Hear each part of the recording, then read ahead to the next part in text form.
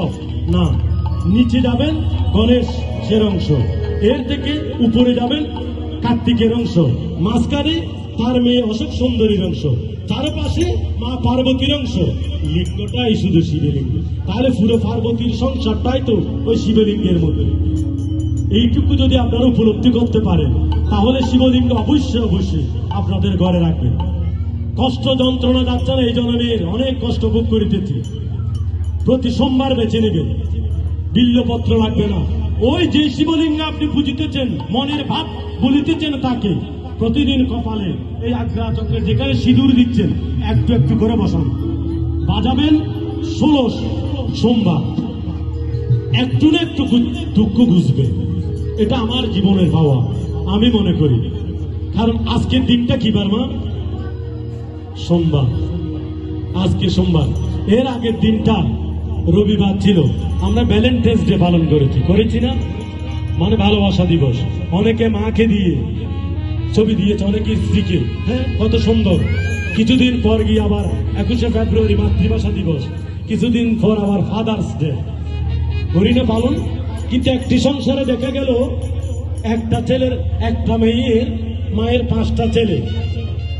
বড় ছেলেটা এত বেশি শিক্ষিত নয়, 5 ছেলে 5টা বিল্ডিং নিয়ে থাকে, মা তাকে সবার সাথে সবখানে ঘুরে বেড়ায়। এখন দেখা যাচ্ছে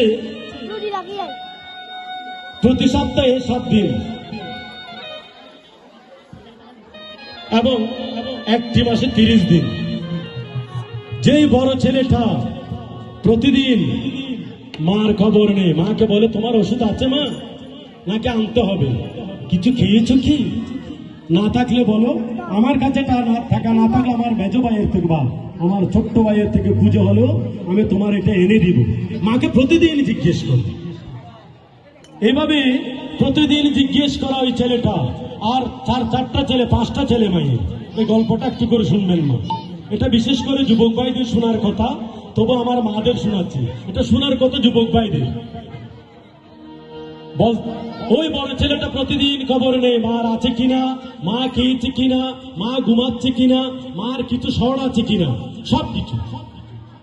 আর ছেলেরা সপ্তাহে একবার এসে খবর নিতে পারলে নিল, না হলে 15 দিনে একবার, না হলে মাসে একবার কিছু টাকা দিল, তারপর মার সম্পর্ক শেষ।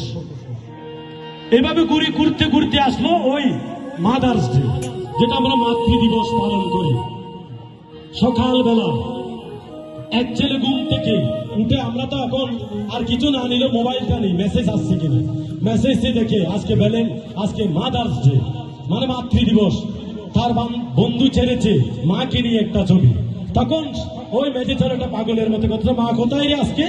সকালবেলা তার স্ত্রীকে জিজ্ঞেস করলো, বলো যে সেটা তো আছে, মনে হয় ফোন করে বলে যে একটু ডাকো। মাকে ওই দিন ডেকে এনে বলে যে মা, বলে যে কি হয়েছে আজকে সকালবেলা আমাকে ডাকতেছিস? বলে যে মা তোমার সাথে একটা ছবি তুলবো, মার সাথে একটা ছবি